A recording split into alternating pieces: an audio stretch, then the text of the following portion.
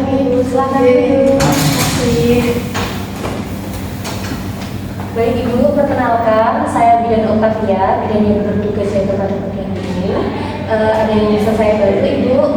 Iya Ibu, saya ingin berkonsultasi di konsul mengenai pemenuhan nutrisi gizi pada anak saya yang belum sekolah, jadi masih masa prasekolah. Baik Ibu, sebelumnya kalau boleh tahu dengan Ibu siapa? Dengan Ibu Jen, umur 25 tahun.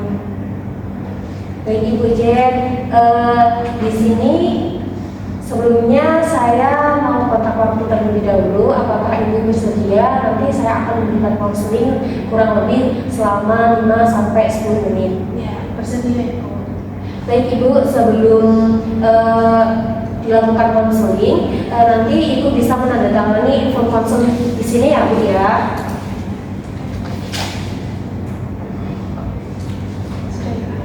Baik, terima kasih Ibu.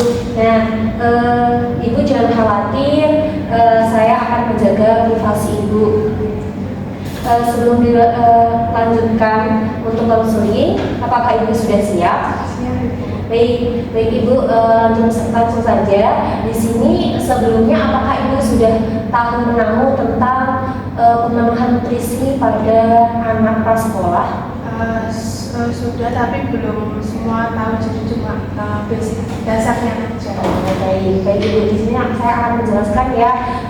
Anak usia prasekolah yaitu anak yang usia yang berkisaran 60 sampai 72 bulan atau 5 sampai 6 tahun.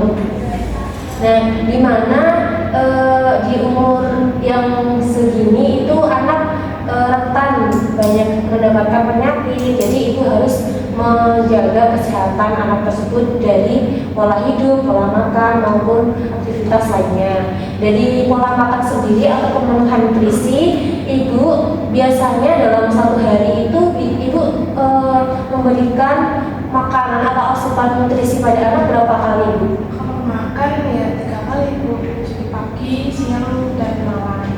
Baik Ibu, nah dari pemberian makan asupan gizi tersebut jadi harus seimbang ya Bu. Ibu sudah benar melakukan asupan dengan pemberian 3 kali pagi, siang, atau malam. Nah, dalam hal ini Ibu juga harus mengetahui keseimbangan karbohidrat atau kandungan-kandungan yang ada dalam makanan tersebut, baik protein, vitamin, mineral, dan karbohidratnya ya Bu ya. Nah, jadi dalam pemrosesan memasak itu juga harus tahu menahu, di mana karbohidrat itu biasanya sering ditemukan pada roti, kemudian protein. Ibu juga bisa mengkonsumsi makanan seperti ikan, telur, susu, gitu ya Bu ya, yang sering dimasak oleh keseharian ibu rumah tangga. Nah, di sini apakah Ibu sudah paham? Sudah Ibu, untuk makanan gizi pada makanan itu saya sudah melakukan untuk makanan yang bersyarat zat sempurna sendiri. Baik Ibu, nah di sini Ibu juga harus memenuhi di mana kalori itu penting juga Bu dalam kehidupan sehari-hari, khususnya pada pemenuhan nutrisi pada anak prasekolah ya Bu ya, di mana nutrisi kalori ini juga bisa didapat dari mineral, vitamin, dan lain-lain ya Bu. Nah, dalam satu hari ini Ibu bisa juga memberikan makanan selingan seperti mungkin snack yang merupakan mungkin ada buah-buahan atau ciki-ciki yang tidak mengandung pengawet ya Bu ya. Nanti Ibu bisa membuatnya atau seperti jelly gitu ya Bu ya. Nah, selain itu Ibu juga harus memberikan anak mengkonsumsi makanan yang mengandung sayur-sayuran Ibu. Apakah Ibu sudah menerapkan dalam kehidupan sehari-hari? Sudah Bu. Nah, baik Ibu, setelah itu Ibu juga bisa menyajikan makanan dalam bentuk yang unik Bu. Jadi anak bisa tertarik dengan makanan yang Ibu masak. Misal nanti bisa dibentuk atau kasih hiasan gitu. Jadi anak bisa tertarik untuk memakan makanan tersebut ya Bu ya. Namun dalam hal ini Ibu juga harus ketahui bahwa makanan yang beriodium itu juga penting Bu, seperti susu tadi ya Bu, mungkin ada ikan tuna, kemudian dan yang lainnya.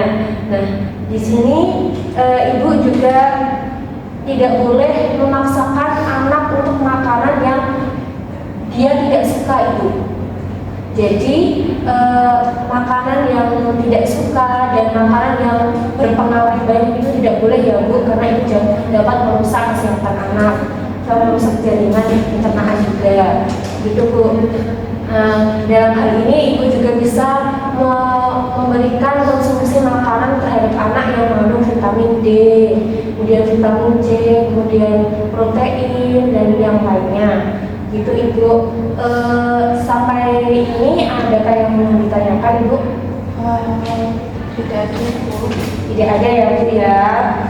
Nah biasanya dalam pemenuhan satu hari ini Ibu memberikan asupan mineral terhadap anaknya itu berapa liter Bu? Untuk konsumsi saya biasanya memberikan 2 liter atau 8 gelas. Baik ya Bu. Nah, Ibu sudah melakukan dengan benar. Biasanya usia balita, usia anak prasekolah itu diberikan mineral selama 6 sampai 8 gelas per harinya. Jangan sampai kurang ya Bu. Kalau lebih itu malah lebih baik gitu. Nah, dari hal tersebut, Ibu yang perlu dihindari adalah makanan-makanan yang pedas, sangat pedas. Kemudian makanan yang membuat sakit perut seperti asam-asaman itu tidak boleh terlalu ya Bu ya. Mungkin itu saja yang dapat saya sampaikan dari Ibu. Apakah sudah jelas? Apakah sudah bisa diterima Ibu? Ya, berarti dari yang Ibu sampaikan mungkin saya perlu menerapkan lebih ke disiplin memberi nutrisi untuk anak saya yang belum sekolah. Jadi saya kira cukup yang Ibu sampaikan sudah cukup akan saya lakukan. Ya, dari Ibu. Nah, dari situ Ibu juga bisa melakukan mengatur waktu anak baik dari tidur, pola fisik, kemudian aktivitas fisik seperti olahraga. Setiap paginya diajak jalan-jalan pagi ya Bu ya. Begitu. Dari yang dapat saya sampaikan itu saja Ibu. Terima kasih atas kunjungannya ke sini. Mohon maaf apabila terdapat kesalahan ya Bu ya. Saya juga terima kasih Ibu. Baik Ibu, terima kasih. Terima kasih ya. Ya.